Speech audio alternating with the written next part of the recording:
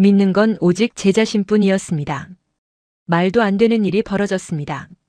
제 인생에서 단 한 번도 상상하지 못했던 장면 속에 제가 서 있었습니다. 임신 8개월의 몸으로 단 한 번도 가본 적 없는 나라의 공항 바닥을 밟고 있었기 때문입니다. 커다란 유리창 너머로 보이던 회색 하늘과 낯선 문자로 가득한 안내판, 빠르게 오가는 사람들의 말소리는 모두 저를 더욱 작고 외롭게 만들었습니다. 제 손에는 오래된 여행 가방 하나와 누렇게 접힌 종이 쪽지 한 장이 들려 있었습니다. 그 종이에는 단 하나의 이름과 주소가 적혀 있었습니다. 강두호 강원도 정선 백울리 248. 저는 그 이름을 몇 번이고 속으로 되뇌었습니다. 이 낯선 땅에서 제가 의지할 수 있는 유일한 단서였기 때문입니다. 본 영상은 스토리를 재구성한 이야기입니다. 구독과 좋아요는 구독자님께 행운을 드립니다. 어디서 시청하고 계신지 지역을 댓글로 남겨주세요. 제 이름은 에밀리 르브랑입니다. 벨기에 남부의 작은 시골 마을에서 태어나 평생 의사의 길만을 걸어온 비뇨기과 전문의입니다. 차갑고 논리적인 판단이 몸에 밴 사람이었고 감정보다는 수치와 근거에 익숙한 삶을 살아왔습니다.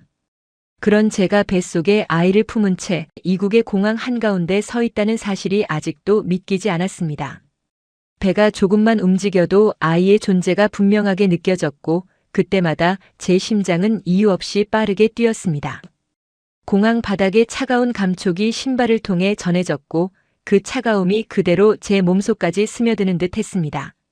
주변 사람들은 각자의 목적지를 향해 분주하게 걸어갔지만 저는 그 흐름에 섞이지 못한 채 한동안 제자리에서 숨만 고르고 있었습니다. 혹시 이 선택이 잘못된 것은 아닐까? 이 나라에서 나와 아이가 설 자리를 찾을 수 있을까? 머릿속에서는 수십 가지 질문이 쉼없이 떠올랐습니다. 저는 조심스럽게 배를 감싸주며 아이에게 마음속으로 말을 걸었습니다. 조금만 더 버텨주렴. 엄마가 반드시 길을 찾을게. 그 순간 제 머릿속에는 지난 몇 달 동안의 기억들이 파도처럼 밀려왔습니다. 벨기에 병원의 차가운 복도, 진단실에서 들었던 조심스러운 목소리, 가족들의 혼란스러운 눈빛, 그리고 단 10일 동안 제 인생을 송두리째 흔들어 놓았던 한 남자의 따뜻한 미소까지 겹쳐 떠올랐습니다. 그 모든 장면이 한꺼번에 밀려오자 눈가가 뜨거워졌지만 저는 이를 악물고 눈물을 삼켰습니다. 여기서 무너지면 다시는 일어설 수 없을 것 같았기 때문입니다. 이곳은 제가 스스로 선택한 땅이었고 제 아이를 지키기 위해 제가 걸어 들어온 길이었습니다. 저는 깊게 숨을 들이마시고 천천히 내쉬며 마음을 다잡았습니다. 그리고 제 인생에서 가장 간절한 질문을 다시 한번 되뇌었습니다. 이 나라가 과연 저와 우리 아기를 받아줄까요? 그 답을 아직은 알 수 없었지만 저는 그 답을 찾기 위해 한 발짝씩 앞으로 나아가기로 마음먹었습니다. 낯선 언어와 낯선 풍경 속에서 저는 제 인생의 두 번째 시작점에 서 있었습니다. 제가 태어난 곳은 벨기에 남부의 조용한 시골 마을이었습니다. 넓은 들판과 낮은 돌담, 아침마다 천천히 내려앉는 안개가 일상의 배경이던 곳이었습니다. 저는 8남매 중 막내로 태어나 늘 사람들 속에서 자랐습니다. 식탁에는 언제나 접시가 모자랐고 누군가는 웃고 누군가는 투덜거리며 하루를 시작했습니다. 어머니는 새벽마다 빵을 굽는 냄새로 집안을 채웠고 아버지는 낡은 라디오에서 흘러나오는 뉴스 소리를 들으며 커피를 마셨습니다. 저는 그 소란스러움 속에서 자연스럽게 가족이라는 울타리의 따뜻함을 배웠고 언젠가는 저 역시 그런 가정을 만들고 싶다는 꿈을 품게 되었습니다. 그러나 26살 병원에서 받은 한마디 진단은 제 인생의 방향을 완전히 바꿔놓았습니다. 자연 임신이 거의 어렵다는 말이었습니다. 의사로서 그 의미를 누구보다 잘 알고 있었기에 저는 그 말을 듣는 순간 아무 말도 할 수 없었습니다. 진단서를 손에 쥔 채 병원 복도를 걸어 나오던 날의 차가운 공기와 무거운 발걸음이 아직도 제 몸에 남아 있습니다. 저는 혹시나 하는 마음에 여러 병원을 찾아다녔지만 결과는 늘 같았습니다. 그때 저는 제 마음속에서 무언가가 천천히 닫히는 소리를 들었습니다. 기대하지 말자, 꿈꾸지 말자, 그러면 덜 아프겠지 스스로를 설득했습니다. 그 이후로 저는 감정을 하나씩 봉인하며 살아갔습니다. 사랑도 결혼도 미래에 대한 설렘도 모두 마음속 깊은 곳에 묻어두고 오직 일에만 몰두했습니다. 환자들의 상태를 분석하고 수술 계획을 세우며 바쁜 하루를 보내다 보면 외로움을 느낄 틈도 없었습니다. 겉으로 보기에 저는 안정적이고 성공적인 삶을 살고 있었지만 밤이 되면 조용한 집안에서 홀로 앉아 알 수 없는 공허함과 마주해야 했습니다. 창밖에 비가 내리는 소리를 들으며 이대로 늙어가도 괜찮은 걸까 스스로에게 묻곤 했지만 그 질문에 답할 용기는 끝내 내지 못했습니다. 그렇게 8년이라는 시간이 흘렀습니다. 저는 국제학회에 초청받는 전문의가 되었고 주변 사람들은 저를 성공한 여성이라고 불렀습니다. 하지만 제 마음 한쪽에는 늘 채워지지 않는 빈자리가 남아 있었습니다. 가족과 아이에 대한 갈망은 사라진 것이 아니라 그저 깊숙이 숨겨져 있었을 뿐이었습니다. 그러던 어느 날 미국 샌디에이고에서 열린 세계 비뇨기과 세미나에 참석하게 되었습니다. 학문적 교류와 연구 발표라는 익숙한 목적 속에서 저는 평소와 다름없는 일정이라고 생각했지만 그곳에서 만난 한 한국인 의사가 제 인생의 균형을 조용히 흔들어 놓기 시작했습니다. 그때 저는 그 만남이 제 삶 전체를 바꾸게 될 줄은 전혀 예상하지 못한 채 그저 또 하나의 인연 정도로만 여기고 있었습니다. 샌디에이고는 따뜻했습니다. 날씨도 바람도 그리고 그 사람도 그랬습니다. 국제비뇨기과 학회는 제게 그저 또 하나의 출장이었습니다. 몇 년째 반복되던 비슷한 세션, 낯익은 학자들, 의례적인 논문 발표와 토론. 저는 늘 그렇듯 발표가 끝나면 호텔방에 돌아와 노트북을 펴고 다음 강의 준비를 했습니다. 하지만 그해 그 자리에서 저는 달랐습니다. 한국에서 온 한 남자의 발표가 이상하게 제 귀에 오래 남았습니다. 강두호라는 이름. 정중한 목소리로 느린 영어를 구사하던 그는 서툴지만 진지했습니다. 대부분의 발표자들이 화려한 슬라이드와 장비를 보여주는데 집중했다면 그는 환자의 심리 변화와 가족 관계까지 언급하며 수술 후 삶을 이야기했습니다. 처음엔 단지 신기했을 뿐이었죠. 그런데 학회 둘째 날 호텔 조식당에서 우연히 자리를 같이 하게 되었고 그날 저녁부터 우리는 자연스럽게 매일 밤 바닷가를 함께 걷기 시작했습니다. 그는 말수가 많은 사람은 아니었지만 듣는 법을 아는 사람이었습니다. 저는 처음엔 가볍게 유럽 의료 시스템과 병원 얘기를 했고 그는 자신의 병원 이야기를 천천히 들려주었습니다. 그렇게 몇 번의 밤이 지나고 저는 평생 아무에게도 털어놓지 못했던 이야기를 꺼냈습니다. 제 불임에 관한 이야기였습니다. 그는 놀라지 않았습니다. 그 흔한 정말요? 힘들었겠어요. 같은 반응도 없었습니다. 그저 제 말을 조용히 들은 뒤 잠시 바다 쪽을 바라보다 말했습니다. 아이 없이도 우리는 둘이니까 충분해요. 저는 그 말을 들은 순간 그동안 쌓아왔던 차가운 벽 하나가 안으로부터 무너지는 것을 느꼈습니다. 누구도 제게 그런 말을 한 적이 없었습니다. 괜찮다. 는 말이 아닌 충분하다. 는 말.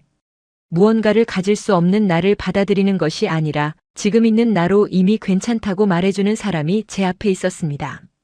그렇게 10일이 흘렀습니다. 우리는 함께 강의를 들었고 짧은 점심을 나눴고 밤이 되면 바닷가 모래를 밟으며 세상의 얘기를 나누었습니다. 그는 한국의 의료 현실에 대해 이야기했고 저는 유럽의 고립된 삶에 대해 털어놓았습니다. 그리고 그 마지막 그는 제 손을 잡고 말했습니다. 에밀리, 곧 당신 나라로 갈게요. 약속해요. 그때 저는 말없이 고개를 끄덕이며 웃었지만 사실 마음 깊은 곳에서는 묘한 슬픔이 차올랐습니다. 언젠가 깨질 수도 있는 꿈을 스스로 세우는 일처럼 느껴졌기 때문입니다. 그럼에도 저는 믿고 싶었습니다. 단 한 번이라도 진심을 믿어보고 싶었습니다. 공항에서 그를 배웅하던 날 그는 제 손을 꼭 쥐며 말했습니다. 조금만 기다려줘요. 곧 돌아올게요. 저는 고개를 끄덕였고 그는 제 손등에 입을 맞춘 뒤 기내로 들어갔습니다. 그가 보이지 않을 때까지 서 있었던 제 발밑엔 그날 아침부터 내리던 가벼운 안개가 깔려 있었습니다. 그리고 시간이 흘렀습니다. 이틀, 사흘, 일주일. 그에게서 아무런 연락이 오지 않았습니다. 처음엔 통신 문제일 수도 있다고 생각했습니다. 시차 때문일 수도 업무 때문일 수도 있다고 스스로를 달랬습니다. 하지만 2주가 지나고도 아무런 소식이 없자 제 마음은 서서히 어두워지기 시작했습니다. 그 즈음 저는 몸에서 이상한 변화를 느끼기 시작했습니다. 식욕이 이상하게 변했고 향기에 민감해졌으며 무엇보다도 아침마다 메스꺼움이 반복됐습니다. 처음엔 감기인 줄 알았습니다. 하지만 병원에서 검사를 받았을 때 의사는 의아한 얼굴로 저를 바라보았습니다. 에밀리 닥터, 임신이 맞습니다. 초음파에도 선명하게 보입니다. 그 말을 들은 순간 저는 귀를 의심했습니다.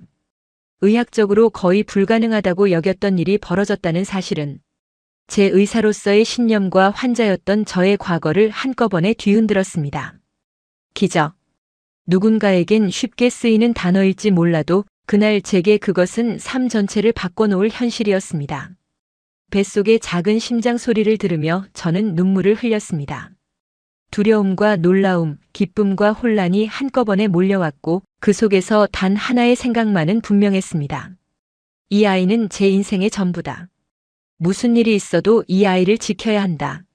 하지만 문제는 그 아이의 아버지였던 강두호가 완전히 사라졌다는 것이었습니다. 그는 전화도 메일도 그 어떤 연락도 남기지 않았습니다. 그의 병원을 찾아봤지만 연락처는 이미 끊긴 상태였고 학회 쪽에 문의해도 답이 없었습니다. 저는 매일 밤 그의 이름을 검색하며 잠들었습니다. 그의 사진을 다시 들여다보았고 그와 함께한 시비를 머릿속으로 수십 번 되새겼습니다. 그리고 어느 날 문득 기억 속에서 떠오른 하나의 장면이 있었습니다. 그가 제게 쥐어준 작은 메모지. 거기엔 이렇게 적혀 있었습니다.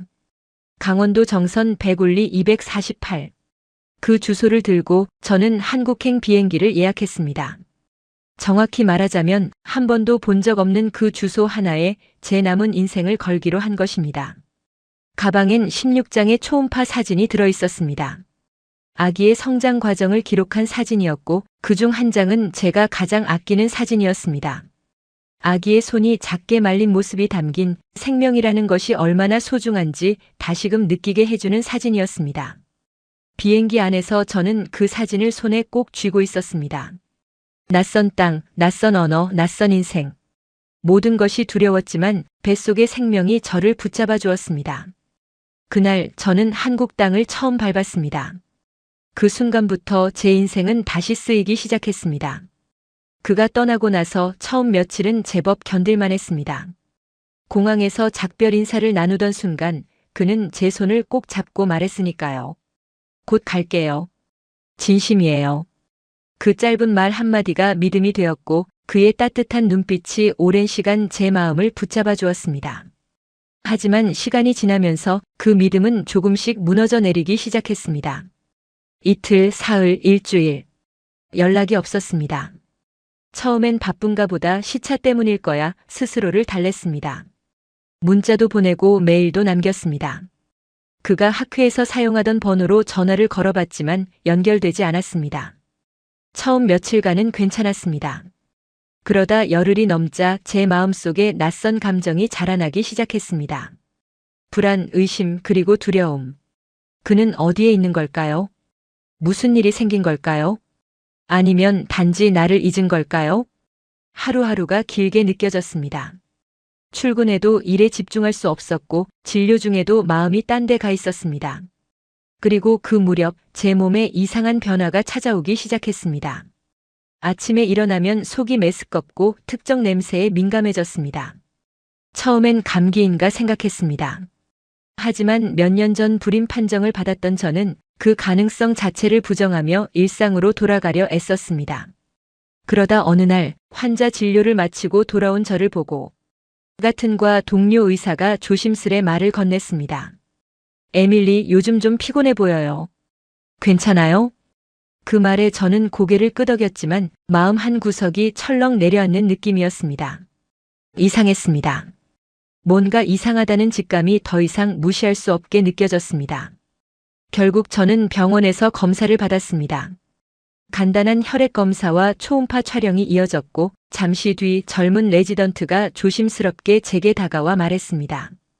닥터 르브랑, 임신하셨어요. 그 말은 제게 충격이 아니라 혼란이었습니다. 임신? 그럴 리가 없었습니다. 제 몸은 그럴 수 없다고 수많은 의사들이 말해왔습니다. 저 역시 수년간 그렇게 믿어왔고 이미 체념한 채 살아왔습니다. 하지만 모니터에 비친 작은 점 하나, 그 점에서 또렷하게 들려오는 심장 박동 소리를 듣는 순간 모든 말이 멈췄습니다. 저는 말없이 모니터를 바라봤습니다. 작고 희미한 그 생명은 마치 제게 손을 흔들고 있는 것처럼 느껴졌습니다. 숨이 막히는 듯한 벅참이 밀려왔고 눈물이 차올라 시야를 가렸습니다. 기적. 의사로서 기적이란 단어를 경계해왔던 저는 그날 처음으로 그것이 존재할 수도 있겠다고 느꼈습니다. 그 아이는 분명 살아있었고 저를 선택한 듯 제 안에서 자라고 있었습니다. 하지만 그 기쁨은 오래가지 않았습니다. 아이의 아버지 강두호는 여전히 아무런 연락이 없었습니다. 며칠을 망설이다 저는 다시 메일을 보냈습니다. 두호, 당신이 사라지고 몇 주가 지났어요. 당신에게 말해야 할 게 있어요. 제게 연락해 주세요. 부탁이에요. 하지만 그 메일에도 답은 없었습니다. 매일 아침 휴대폰을 확인하며 그의 이름이 뜨지 않는 화면을 바라보는 일은 생각보다 큰 고통이었습니다. 그러던 어느 날 가족들에게 아이 이야기를 꺼냈습니다. 그들은 처음엔 믿지 못했습니다. 저는 불임이었고 결혼한 적도 없었으며 갑작스레 임신 소식을 전하는 제게 혼란스러워했습니다. 형제들 중 몇몇은 제게 물었습니다.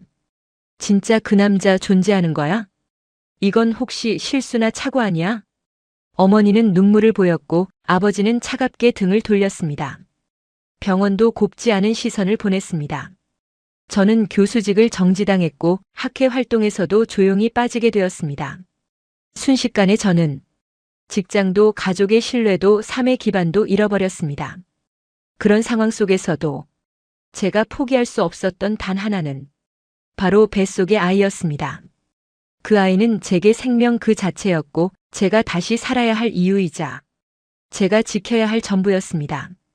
그렇게 모든 걸 잃은 어느 날 서랍을 정리하던 제 손에 작은 종이 하나가 닿았습니다. 샌디에이고에서 그가 건넨 메모였습니다. 강원도 정선 백울리 248. 저는 한참 동안 그 주소를 바라봤습니다. 의심도 분노도 미련도 한꺼번에 올라왔지만 마지막엔 단 하나의 감정만 남았습니다. 결심. 저는 그날 밤 한국행 비행기를 예약했습니다. 수속을 마치고 병원 기록을 정리하고 16장의 초음파 사진을 봉투에 넣었습니다. 그중 한 장에는 작게 웃고 있는 제 모습이 함께 담겨 있었습니다. 우린 가는 거야. 너를 지키기 위해 엄마는 무엇이든 할 거야. 그렇게 저는 강두호를 찾아 대한민국이라는 나라로 향했습니다. 단 하나의 주소와 단 하나의 이름 그리고 한 생명을 품은 채 말입니다. 비행기 창밖으로 구름이 흘러가는 걸 바라보며 저는 생각했습니다. 이게 정말 현실일까? 벨기에의 집도 병원도 가족도 제가 오랫동안 쌓아온 모든 것들이 저 멀리 수평선 너머로 사라지는 기분이었습니다. 제 옆 좌석엔 아무도 없었고 무릎 위에는 작은 가방 하나만 놓여 있었습니다. 그 안엔 16장의 초음파 사진과 두호가 건네준 쪽지 한 장이 있었습니다. 단지 주소 하나 적혀 있었을 뿐인데 저는 그걸 거의 성경처럼 소중히 들고 다녔습니다. 강원도 정선 백울리 248. 구글 지도로는 도저히 실감이 나지 않던 그곳. 사진도 없었고 거리 정보도 제대로 나오지 않았습니다. 누군가는 말했습니다. 거기 진짜 산골이에요. 외국인이 혼자 가기엔 무리일 수도 있어요. 하지만 저는 더 이상 망설일 수 없었습니다. 뱃속에서 자라나는 생명이 매일 제게 말하고 있었습니다. 엄마 가야 해요. 거기 그 사람 있어요. 인천공항에 내리자 낯선 언어들이 사방에서 들렸습니다. 짐 찾으러 1층으로 내려가세요. 환영합니다. 대한민국. 저는 영어 안내판을 따라 조심스럽게 움직였고 미리 예약해둔 리무진 버스에 올랐습니다. 버스는 서울을 지나 강릉을 지나 더 멀리 산속으로 들어갔습니다. 창밖으로 펼쳐지는 풍경은 놀라웠습니다. 눈 덮인 산, 굽이진 강, 그리고 중간중간 보이는 전통 한옥들이 마치 영화 속 장면처럼 다가왔습니다. 벨기에 시골과는 또 다른 종류의 정적이 있었습니다. 고요하지만 두려운. 정선에 도착한 건 밤 9시가 조금 넘은 시각이었습니다. 버스 정류장엔 아무도 없었고 눈발이 흩날리고 있었습니다. 주소를 보여주며 지나가는 사람에게 물었지만 대부분 고개를 저었습니다. 한 할머니가 어렵게 말했습니다. 그 주소 아주 깊은데요. 걸어가면 안 돼요. 택시 타야 돼요. 택시를 잡아 타고 산길을 오르기 시작했습니다. 도로는 점점 좁아졌고 산의 어둠이 창밖을 완전히 뒤덮었습니다. 핸드폰 신호도 끊어졌고 택시 기사님도 점점 말수가 줄어들었습니다. 그렇게 40분쯤 흘렀을까요? 택시는 마지막 마을 어귀에 도착해 문을 열었습니다. 더는 못 들어가요. 여기서 걸어가셔야 해요. 불 꺼진 시골길, 그리고 눈 위에 남겨진 제 발자국. 배가 점점 단단하게 굳어오는 게 느껴졌습니다. 8개월. 한 발 잘못 디뎌도 위험할 수 있는 시기였습니다. 하지만 저는 이미 여기까지 왔습니다. 기억을 더듬어 지도 앱을 확인했지만 화면은 멈춘 채였습니다. 길을 따라 20분쯤 걸었을 때 저 멀리 불빛 하나가 보였습니다. 기와 지붕 아래 초가집 같은 구조, 작고 오래된 한옥이었습니다. 저는 대문 앞에서 조심스레 문을 두드렸습니다. 3번, 4번, 5번.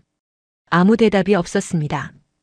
불안한 마음에 철문 옆 나무 담장을 살짝 돌아보다가 갑작스레 발을 헛디뎌 눈더미 위로 넘어졌습니다. 배를 감싸 안은 채 바닥에 주저앉자 숨이 가빠지고 눈물이 터져 나왔습니다.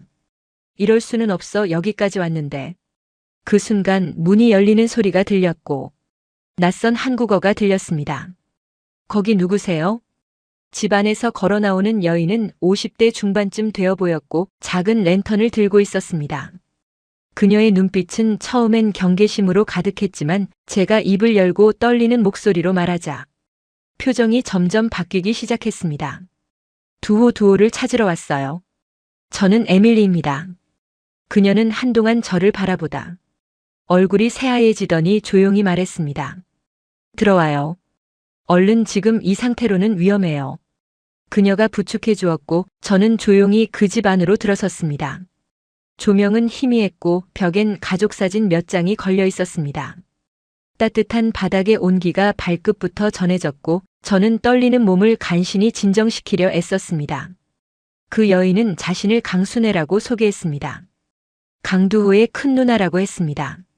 그 말에 저는 눈물을 터뜨렸습니다. 거짓말이 아니었어요. 정말 여기 그 사람의 집이었어요. 그녀는 물을 데워 제 손발을 씻겨주었고 조용히 묻기 시작했습니다. 에밀리 씨 뱃속 아기는 두호 씨 아이예요? 저는 고개를 끄덕였습니다. 그녀는 말없이 한참을 앉아 있다가 조용히 눈물을 훔쳤습니다. 그리고 마침내 그녀의 입에서 두호의 행방에 대한 이야기가 나왔습니다. 그의 병원을 그만뒀어요. 수술 중 손을 다쳤거든요. 손끝 신경이 망가져서 더는 수술을 할 수 없게 됐대요. 저는 말을 잃었습니다. 그런 일이 있었던 겁니다. 그가 아무 말 없이 사라졌던 이유. 그의 침묵은 그저 무책임한 도망이 아니라 자신이 무너지는 걸 감당하지 못했던 고통의 흔적이었습니다. 순애 씨는 말을 이었습니다. 거기다 아버지가 갑자기 돌아가시면서 집안에 몇억 원씩 빚이 생겼어요. 병원도 떠나고 가족도 못 챙기고. 그렇게 그 애는 우리 곁에서 사라졌어요. 아무 말도 없이. 저는 머릿속이 하얘졌습니다. 배신감과 원망, 슬픔과 연민이 한꺼번에 밀려왔습니다. 하지만 동시에 그의 고통이 이제야 조금은 이해가 되었습니다. 그날 밤 저는 순애 씨의 방에서 잠이 들었습니다. 뱃속의 아이는 조용히 움직였고 어딘가에서 이 작은 생명도 안도감을 느낀 듯 했습니다. 바로 그날이 제 인생에서 처음으로 한국이라는 이름이 낯설지 않게 느껴졌던 날이었습니다. 그리고 저는 마음속으로 조용히 다짐했습니다. 두호가 어디에 있든 나는 여기서 아이를 낳을 것이다. 이 아이를 이곳에서 지켜낼 것이다. 내가 살아가는 이유는 더 이상 혼자가 아니니까. 그날 밤 저는 아무 말도 하지 못한 채 침대에 누워 천장을 바라보고 있었습니다. 온몸은 피곤했지만 머릿속은 쉴 틈 없이 돌아갔고 뱃속에서 느껴지는 아이의 움직임은 제 안의 공허함을 위로해주는 유일한 존재였습니다. 하얀 천장, 낯선 한국식 방 창밖에서 들려오는 개 짖는 소리와 바람 소리. 모든 것이 이질적이었지만 이상하게 마음은 조금씩 가라앉고 있었습니다. 강순애 씨는 저녁 늦게까지 말없이 방 한구석에서 아이 옷을 꿰매고 있었습니다. 저는 말을 걸고 싶었지만 어떻게 시작해야 할지 몰랐습니다. 그녀도 말없이 제게 시간을 주는 듯 했습니다. 그 고요함 속에서 저는 처음으로 한국이라는 나라의 정이라는 단어를 떠올리게 됐습니다. 아무것도 모르는 저에게 집을 열어주고 자기 동생의 실종 소식을 정중하게 전하며 저를 돌보아주는 이 여성의 존재는 제게 그 어떤 논리보다 따뜻한 신뢰였습니다. 그렇게 며칠이 흘렀습니다. 정선은 생각보다 더 깊은 산골이었고 병원 하나 찾는 것도 쉽지 않았습니다. 순애 씨는 마을 이장을 통해 임시 거처를 마련해 주었고 그 집에는 난방이 잘 되진 않았지만 따뜻한 방바닥이 있었습니다. 산골에서의 생활은 모든 게 불편했습니다. 외국인인 저에게 언어는 장벽이었고 사람들의 시선도 낯설었습니다. 장보러 마을 상점에 갔을 때 사람들은 조심스럽게 저를 쳐다보았습니다. 아이를 가진 외국 여자, 혼자 사는 낯선 존재. 하지만 이상하게도 그 시선은 차가운 것이 아니라 조심스러운 관심에 가까웠습니다. 며칠 뒤 동네 아주머니 한 분이 따뜻한 미역국을 끓여서 찾아오셨고 그 뒤로 작은 도움들이 하나둘 늘어났습니다. 그런 일들이 제게는 큰 힘이 되었습니다. 배는 점점 무거워졌고 밤마다 뒤척이는 일이 잦아졌습니다. 서울로 가서 병원에 입원하라는 말도 들었지만 저는 이상하게 이곳이 더 안전하게 느껴졌습니다. 순애 씨가 제 곁에 있었고 아이를 품은 이 산골의 정적 속에서 저는 처음으로 두려움보다 평온이라는 감정을 느끼고 있었습니다. 그리고 어느 날 밤, 예정일보다 한 달 가까이 이른 시기였습니다. 갑작스럽게 복부에 강한 통증이 밀려왔고 양수가 터지는 소리가 들렸습니다. 그날 밤 폭설이 내리고 있었습니다. 전화는 터지지 않았고 차가 들어올 수 없는 길이었습니다. 순애 씨는 당황하지 않았습니다. 저를 부축해 방 안에 이불을 펴고 작은 난로에 물을 끓이기 시작했습니다. 그리고 저의 손을 꼭 잡고 말했습니다. 에밀리 씨, 걱정 말아요. 내가 끝까지 같이 있어 줄게요. 이 아이 무사히 받아줄게요. 그녀의 손이 제 이마를 닿고 따뜻한 수건이 제 배 위에 놓였습니다. 제 몸은 떨렸고 고통은 점점 더 강해졌습니다. 하지만 저는 울지 않았습니다. 오히려 마음속엔 묘한 담담함이 자리 잡고 있었습니다. 그래, 나는 지금 생명을 낳고 있어. 이 아이가 살아있다는 걸, 이 세상이 받아준다는 걸 증명하고 있어. 수시간의 진통 끝에 작은 울음소리가 방 안을 가득 채웠습니다. 강혜솔. 그 아이의 이름은 빛날 예의 소리솔솔. 제가 준비해온 이름이었습니다. 내 아이는 이 세상의 울음으로 인사를 했고 그 순간 저는 이 땅에 뿌리 내릴 결심을 하게 되었습니다. 순애 씨는 울고 있었습니다. 아기의 탯줄을 자르고 작은 천으로 아이를 감싸 안은 채 제게 조용히 말을 건넸습니다. 예솔이 참 예쁘네요. 이 아이는 복덩이에요. 에밀리 씨 정말 잘했어요. 저는 고개를 끄덕이며 눈물을 흘렸습니다. 그동안 꾹꾹 눌러왔던 모든 감정이 한꺼번에 터져나왔습니다. 그 순간 저는 엄마가 되었고 한 아이는 세상에 온전히 발을 내딛었습니다. 그리고 이 산골의 작은 한옥은 그 아이의 첫 집이 되었습니다. 며칠 후 마을 사람들은 모두 아이의 탄생을 축하해 주었습니다. 직접 만든 아기 옷을 건네주는 할머니, 찹쌀떡과 계란을 놓고 간 옆집 아주머니. 그들은 제가 낯설지 않다고 말해 주었습니다. 한 달 후 저는 그 마을에 작은 임대주택을 계약했습니다. 서울이나 벨기에도 아니고 정선이라는 이 산골 마을을 제3의 시작점으로 삼기로 했습니다. 누군가는 미쳤다고 말할지 모르겠습니다. 하지만 제게는 너무도 명확했습니다. 이곳은 제 아이가 태어난 땅이고 두호가 자란 곳이며 저를 다시 사람으로 만들어준 작은 공동체의 품이었으니까요. 순애 씨는 말했습니다. 이제부터 우리 가족이에요. 예솔이도 내 조카고 에밀리 씨도 내 동생이에요. 그 말을 들은 순간 저는 머리가 아니라 가슴으로 한국을 받아들이게 되었습니다. 그리고 제 마음속에는 하나의 결정이 자리 잡기 시작했습니다. 나는 이곳에 남겠다. 누군가를 기다리는 여인이 아니라 아이를 키우는 엄마로 이 땅에서 새로운 삶을 시작하겠다. 예솔이가 제 품에서 잠든 밤이면 저는 조용히 창밖을 바라보며 생각했습니다. 언젠가 두호가 돌아오게 된다면 나는 그에게 화를 내지 않을 것이다. 왜냐하면 그가 남긴 이 생명 덕분에 나는 다시 살아났기 때문이다. 나는 지금 내 삶의 두 번째 봄을 기다리고 있습니다. 이 조용한 산골에서 희망이라는 이름의 아이와 함께 아이를 낳고 난 뒤의 삶은 예상보다 더 조용하고 단단했습니다. 강혜솔, 그 아이의 이름을 부를 때마다 제 심장 어딘가에서 묘한 울림이 일었습니다. 하루에도 수십 번 그 작은 눈을 들여다보고 작디작은 손가락을 잡고 울고 웃고 하면서 저는 의사라는 타이틀 대신 엄마라는 이름에 익숙해지기 시작했습니다. 시간은 생각보다 빠르게 흘렀습니다. 겨울이 지나고 봄이 찾아왔고 눈 쌓인 정선의 산길은 진달래와 개나리로 바뀌었습니다. 예솔이는 건강하게 자랐고 밤에는 종종 울었지만 낮에는 천사처럼 웃었습니다. 그 아이의 웃음은 제게 산소 같은 존재였고 누구의 도움도 없이 혼자 이겨냈다는 작고도 거대한 증거이기도 했습니다. 그러던 어느 날 마을 앞에 조그마한 폐창고 건물이 제 눈에 들어왔습니다. 그곳은 예전엔 버섯 저장소였다고 했습니다. 한참을 그 앞에 서서 그곳을 바라보았고 문득 오래전 제 기억 속에서 하나의 장면이 떠올랐습니다. 벨기에에서 어머니와 함께 만들던 올리브 젤라또. 그건 가족 중 누구도 좋아하지 않았던 오직 저만을 위한 특별한 맛이었습니다. 불임 판정을 받고 며칠 동안 방 안에 틀어박혀 있던 저에게 어머니는 조용히 젤라또를 만들어 주셨고 그것을 한 숟갈 먹는 순간 이상하게도 눈물이 났던 기억이 있습니다. 에밀리야, 너는 언제나 너 자신으로 충분한 아이란다. 그때 어머니가 해준 그 말 한마디가 지금도 제 삶을 지탱하는 기둥처럼 남아 있었습니다. 그렇게 저는 그 폐창고를 개조해 조그마한 젤라또 가게를 열기로 결심했습니다. 한국에서 이름도 얼굴도 모르는 이방인으로 아기 하나 데리고 살아가는 것도 쉽지 않았지만 무언가 제 삶을 제 것으로 만들고 싶었습니다.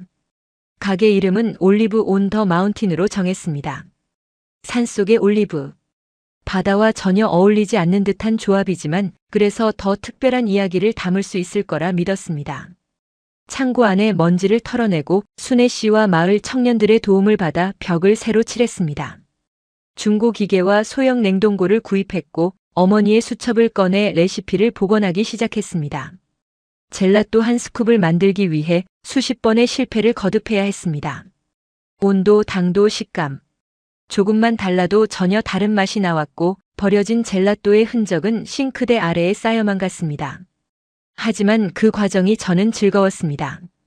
새벽에 예솔이의 기저귀를 갈고 잠든 아이 곁에서 혼자 냉장고 앞에 서서 재료를 저울에 올리는 그 시간이 제게는 살아있음을 확인하는 의식 같았습니다. 한 달 뒤 드디어 가게 문을 열었습니다. 하지만 손님은 거의 없었습니다.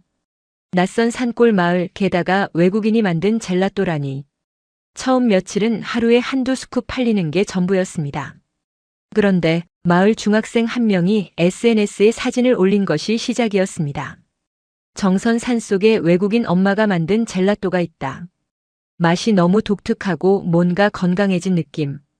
그 게시글은 일주일 만에 수천 개의 좋아요를 받았고 지역 맛집 블로거들이 찾아오기 시작했습니다. 인터뷰 요청이 들어오고 심지어 방송국에서 연락이 왔습니다. 산속의 기적 올리브 젤라또 이야기. 그 제목의 다큐멘터리 영상은 수백만 조회수를 기록했고 제 가게는 하루 수십 통씩 주문 전화를 받기 시작했습니다. 그때 느꼈습니다. 아, 사람들은 이야기 있는 음식을 원한다는 걸. 그리고 누군가의 진심은 언어와 국적을 넘어 전해진다는 걸. 수익의 일부는 지역 어르신들의 병원비로 기부하기 시작했습니다. 그건 단지 선행이 아니라 저를 품어준 이 마을에 대한 답례였습니다. 마을 사람들이 에밀리 사장님이라고 불러주기 시작했고 예솔이는 산골 마을의 공주님이 되었습니다. 물론 모든 것이 아름답기만 했던 건 아닙니다. 어느 날부터인가 저에 대해 좋지 않은 소문이 돌기 시작했습니다. 한국 남자한테 애만 낳고 장사하러 온 여자야. 남편도 없이 가게 차리고 방송 타고 좀 이상하지 않아? 처음엔 참을 수 있었습니다. 하지만 그 말이 예솔이에게 닿을까봐 두려웠습니다. 내 아이가 외국인 엄마를 둔 이유로 상처받게 하고 싶지 않았습니다. 그래서 저는 제 방식으로 대응하기로 했습니다. 인터뷰에 응할 때 젤라또 이야기만이 아니라 아이와 이 마을에서의 삶에 대해 이야기했습니다. 그리고 늘 말했습니다.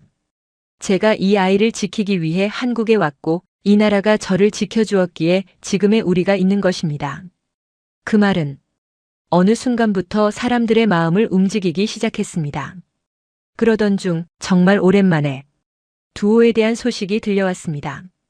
순애 씨가 어느 날 문을 열며 말했습니다. 에밀리 씨 두오 소식이 왔어요.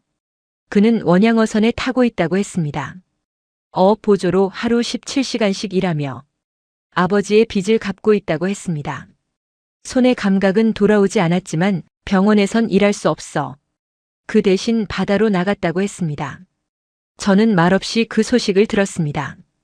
그 사람이 겪었을 절망과 그 안에서도 선택한 책임의 무게를 상상하며 눈물이 맺혔습니다.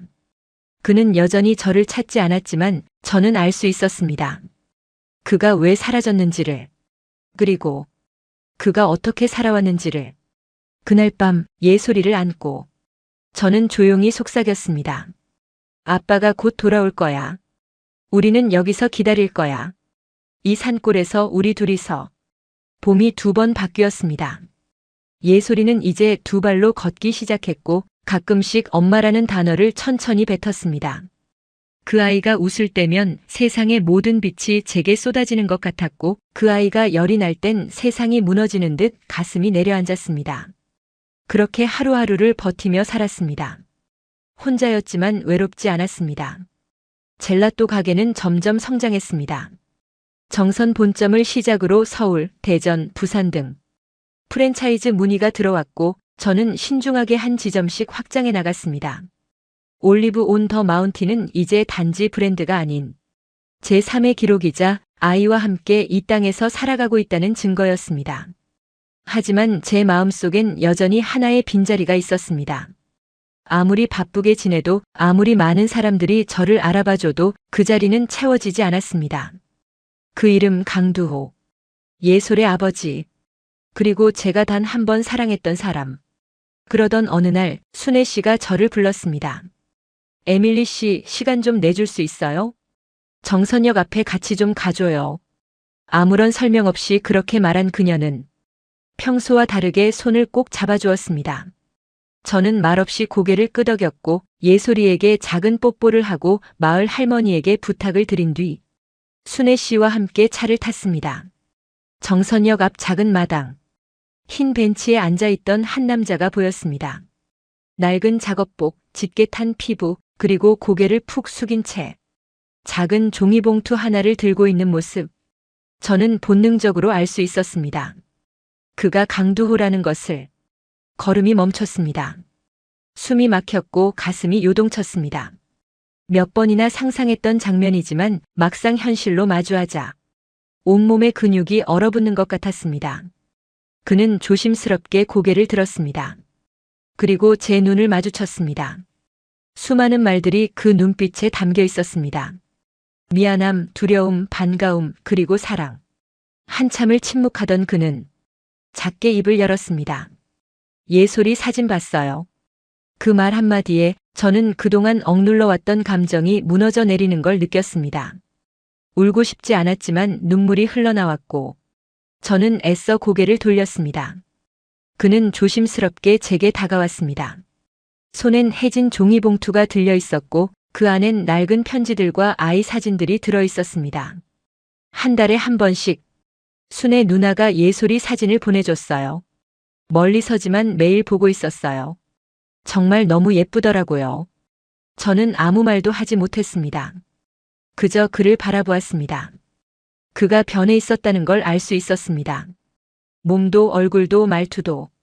하지만 무엇보다도 그의 눈빛은 변하지 않았습니다. 그때 샌디에이고 바닷가에서 제게 충분하다고 말해주던 그 눈빛 그대로였습니다. 그는 무릎을 꿇고 작은 봉투에서 또 다른 종이를 꺼냈습니다. 그건 예솔이의 생일 사진이 인쇄된 엽서였습니다. 사진 뒤엔 그의 글씨로 이렇게 적혀 있었습니다.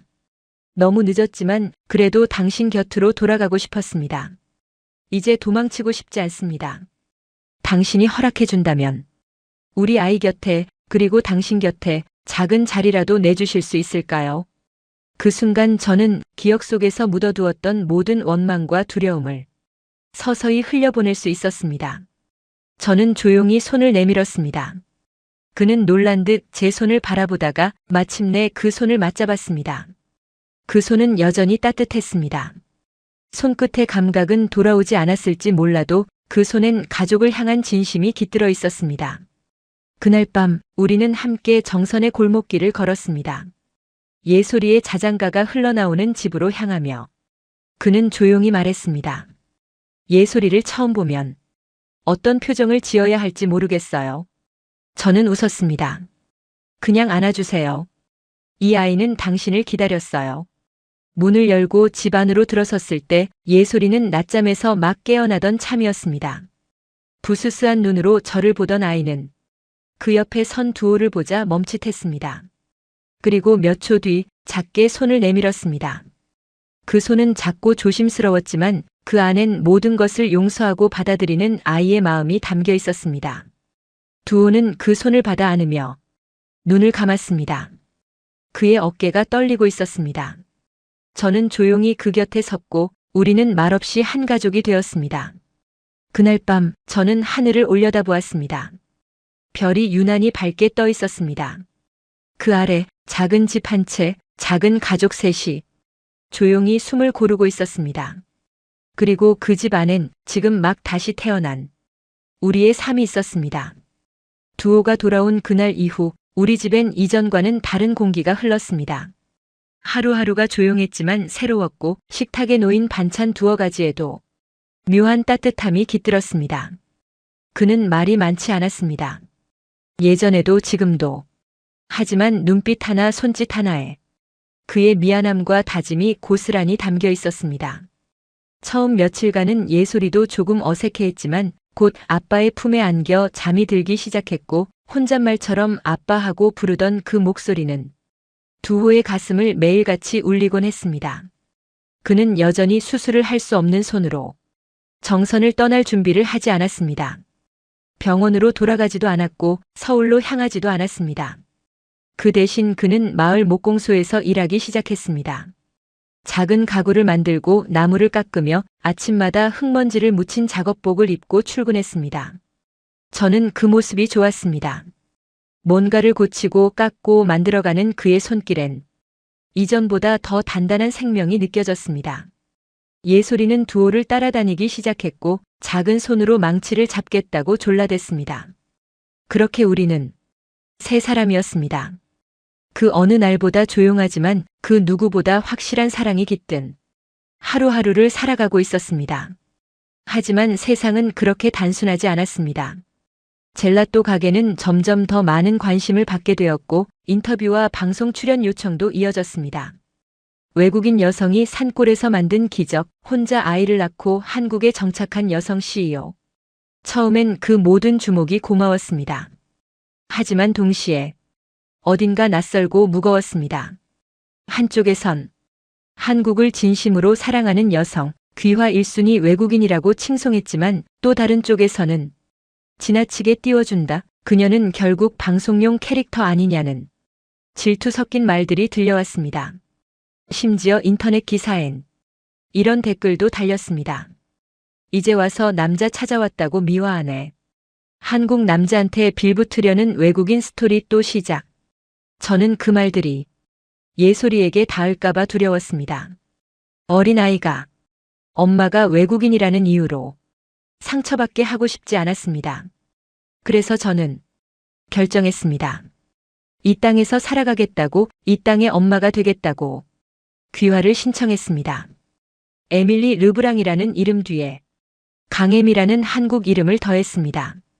강두호의 강과 어머니가 저를 부르던 에밀리에서 따온 이름.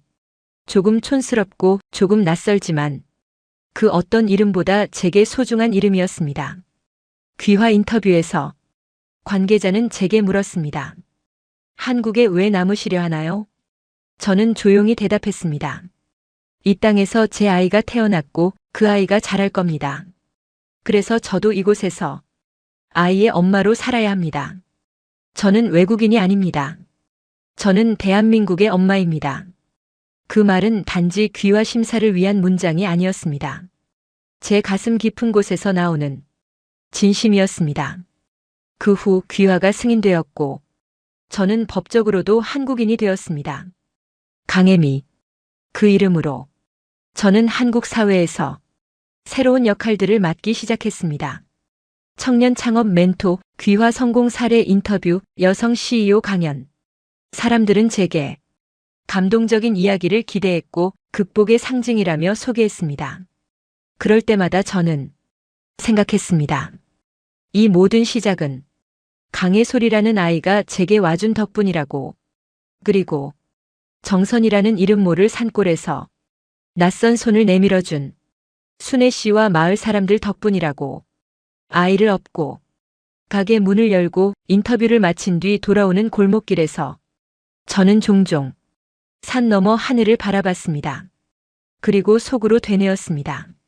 엄마는 이제 괜찮아. 엄마는 여기에 있어. 예솔이가 한국 어린이집에 다니기 시작했을 때 선생님이 말했습니다. 예솔이는 다른 아이들이랑 다르게 항상 인사를 할 때 감사합니다를 먼저 해요. 그 말을 듣고 저는 웃었습니다. 아이가 매일 들은 단어는 감사였습니다. 감사하며 산다는 것, 그건 저의 두 번째 삶의 철학이기도 했습니다. 가끔씩 벨기에에서 형제들의 연락이 옵니다. 처음엔 놀라고 걱정했고 지금은 자랑스럽다고 말합니다. 에밀리, 너 진짜 한국에서 뭐가 된 거야? 우리 중에 제일 강한 사람은 너야. 그 말이 마냥 좋지만은 않았습니다. 강한 사람이 되고 싶어서 이렇게 산 게 아니었으니까요. 그저 아이를 지키고 싶었고 누구보다 평범하게 하루를 무사히 살아내고 싶었을 뿐이니까요. 그리고 그 평범한 하루가 가장 어렵고 가장 위대한 일이라는 걸 저는 이제 압니다.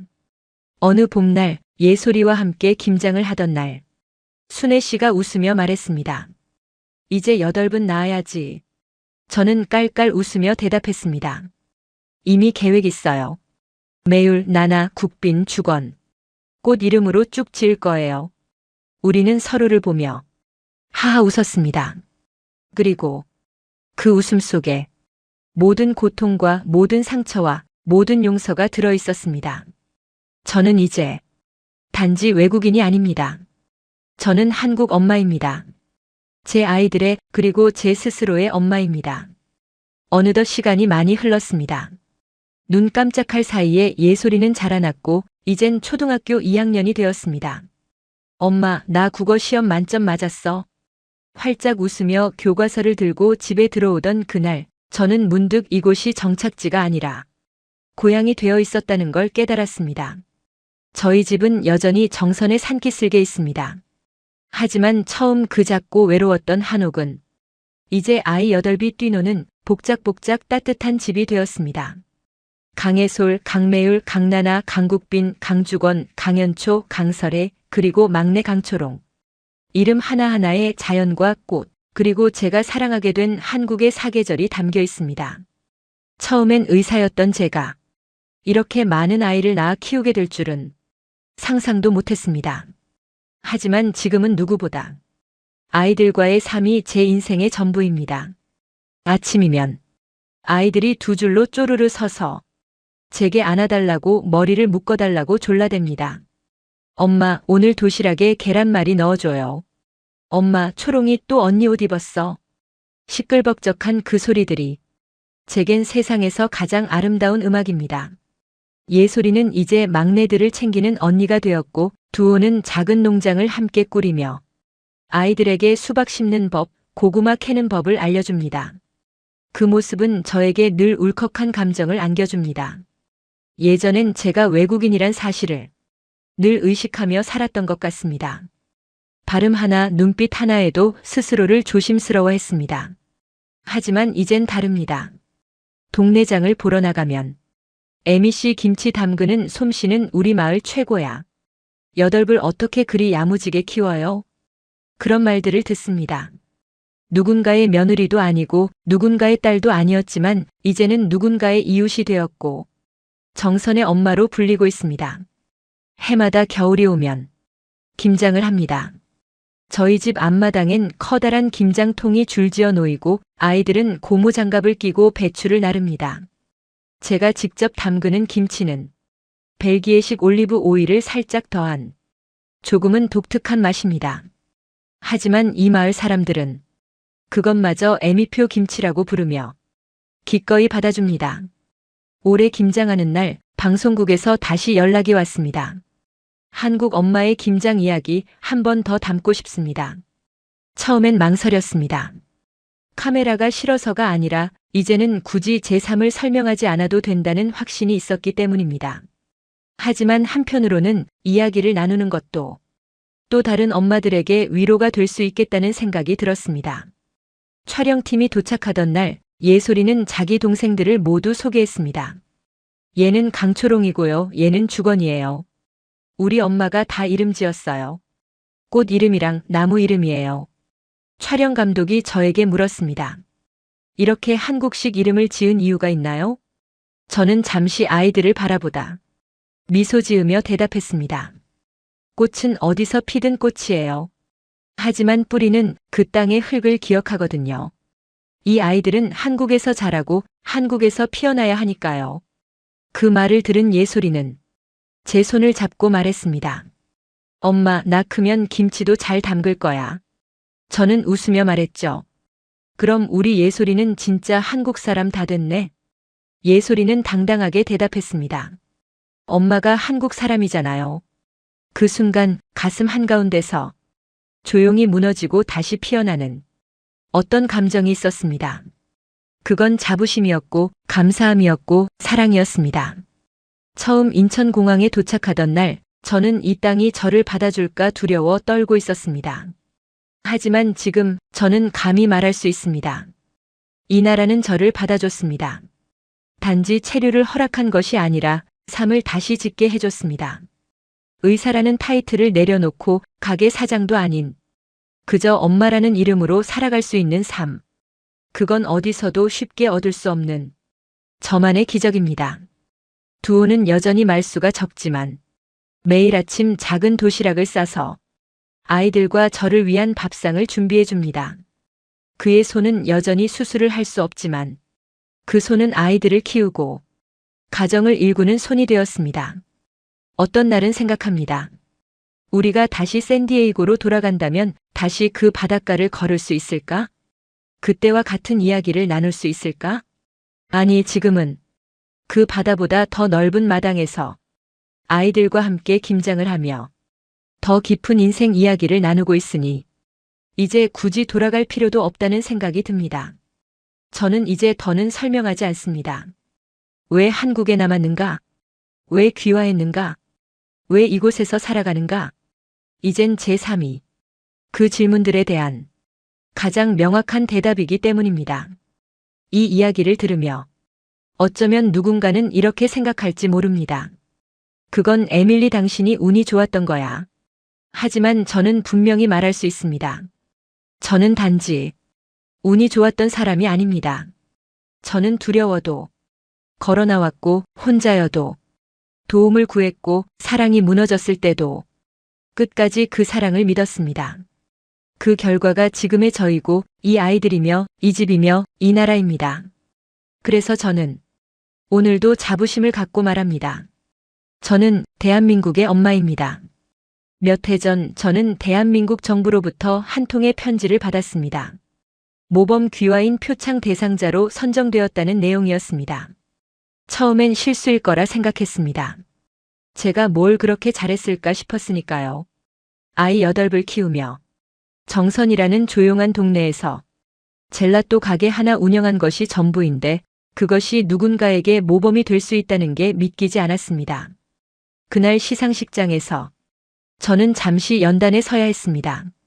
조명을 받으며 사람들의 박수를 받는 그 자리에 섰을 때 제 머릿속엔 단 하나의 장면이 떠올랐습니다.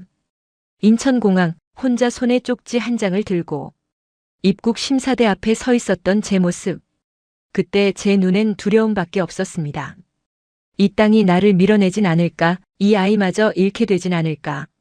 그런 제가 지금 이 자리에 서 있었습니다. 아이들과 남편 그리고 마을 사람들까지 저를 응원하며 지켜봐주는 가운데 저는 작게 그러나 또렷하게 말했습니다.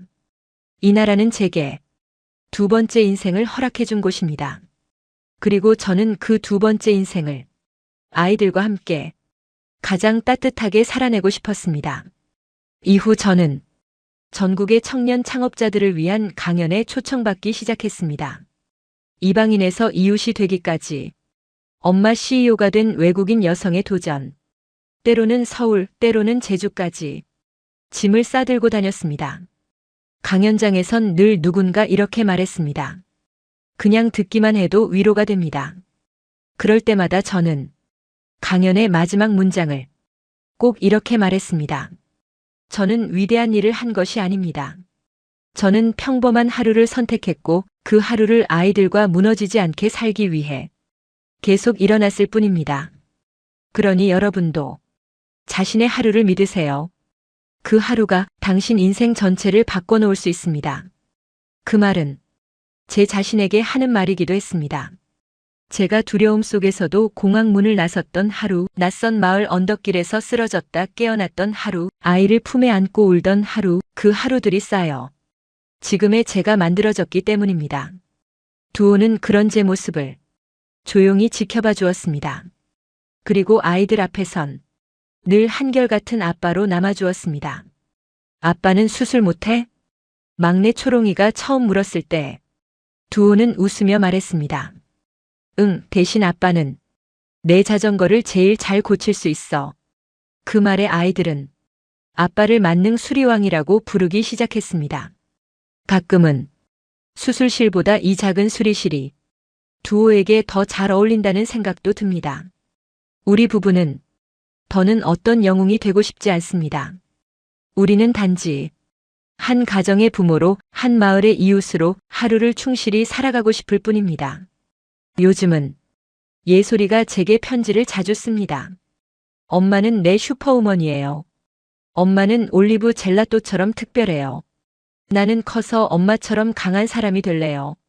그런 말을 들을 때면 과거의 제가 떠오릅니다. 불임이라는 판정을 받고 울고만 있었던 그 시절의 저. 사랑을 믿지 못하고 몸 하나 가누지 못할 만큼 상처받았던 그날들. 하지만 지금은 압니다.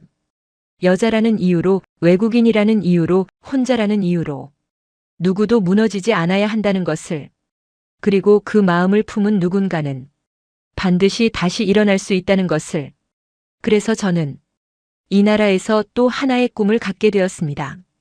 바로 엄마 학교를 세우는 일입니다. 출산과 육아, 혼자 아이를 키우는 사람들, 귀화 과정에서 혼란을 겪는 이들, 이런 분들이 서로 기댈 수 있는 따뜻한 공동체를 만들고 싶었습니다. 지금은 강원도 지역 여성센터와 협력해 소규모 프로그램부터 시작하고 있고 내년에는 정선의 작은 공간을 열 예정입니다. 거창한 것이 아니라 누군가의 하루를 지탱해 줄 수 있는 그림자 같은 공간이 되면 좋겠습니다. 가끔은 생각합니다. 내가 한국을 선택한 것이 아니라 한국이 나를 불러주었다고. 불가능하다고 여겼던 생명을 안겨주고 나를 딛고 일어서게 했고 이젠 누군가를 일으켜줄 수 있는 사람으로 성장시켜 주었으니까요. 그리고 이제 저는 단 한순간도 제 선택을 후회하지 않습니다. 한국에서 산다는 것, 한국인이 된다는 것, 그건 단순히 국적의 문제가 아니라 마음을 어디에 심느냐의 문제라는 걸 저는 누구보다 잘 압니다. 저는 이 땅에 제 마음을 심었습니다. 그리고 지금 그 마음이 피어나 아이들과 함께 매일매일 꽃을 피우고 있습니다. 제가 어릴 적 우리 집 식탁엔 언제나 10인분이 넘는 밥그릇이 놓였습니다. 아버지, 어머니 그리고 8남매. 식사 때마다 자리 싸움이 벌어졌고 막내였던 저는 늘 접시를 들고 왔다 갔다 하며 형제들의 심부름을 해야 했습니다.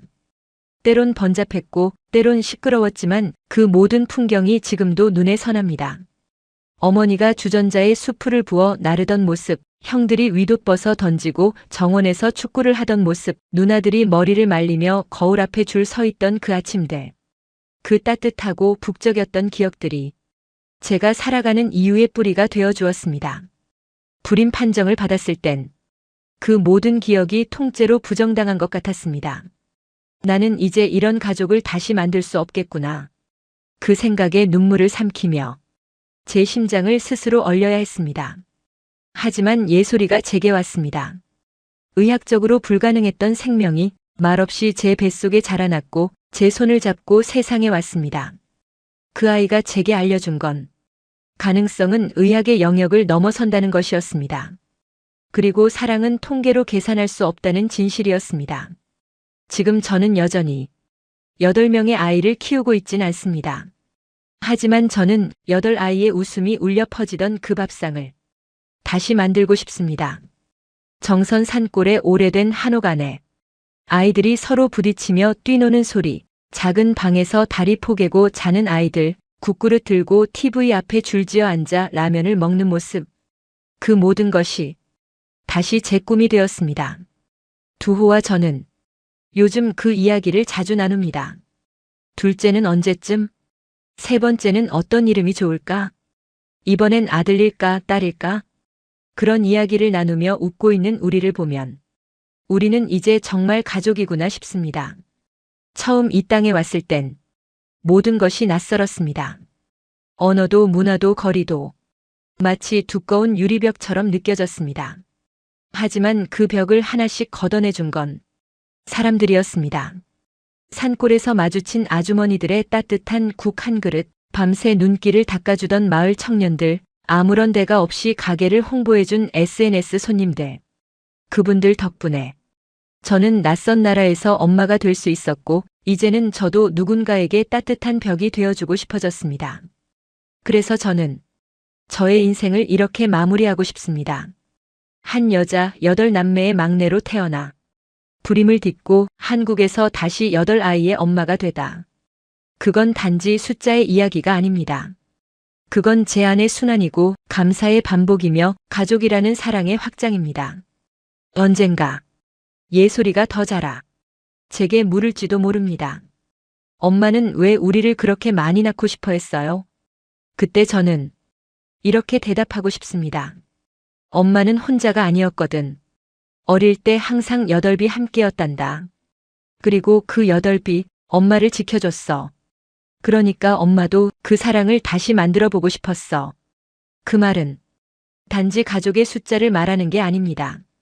그건 함께 사는 삶, 서로 기대는 관계, 하나의 울타리 안에서 버티고 안아주는 삶을 말합니다. 요즘은 젤라또 가게에 오시는 손님들 중 젊은 부부들이 많아졌습니다. 그들은 종종 저에게 묻습니다. 아이를 키운다는 건 어떤 건가요? 저는 웃으며 말합니다. 살아간다는 건 누군가의 엄마가 된다는 거예요. 그리고 그 아이가 언젠가 또 다른 삶을 낳고 다시 새로운 가족을 만들어가게 도와주는 거죠. 그렇게 말하고 나면 그들의 눈빛이 조금 달라집니다. 어쩌면 저와 같은 꿈을 그들도 꾸게 되었을지도 모르겠다는 생각이 듭니다. 이제 저는 서두르지 않습니다. 하나씩 천천히 다시 그 따뜻한 8배 풍경을 이 땅에서 완성해 가고 싶습니다. 그리고 언젠가 정선의 겨울마당에서 아이 8이 김장을 거들며 서로 김치 국물을 튀기고 파 한 단을 들고 뛰어다니는 날이 오면 그날 저는 하늘을 올려다보며 이렇게 말하겠지요. 엄마, 저도 드디어 8배 엄마가 되었어요. 그리고 여긴 당신처럼 따뜻한 나라예요.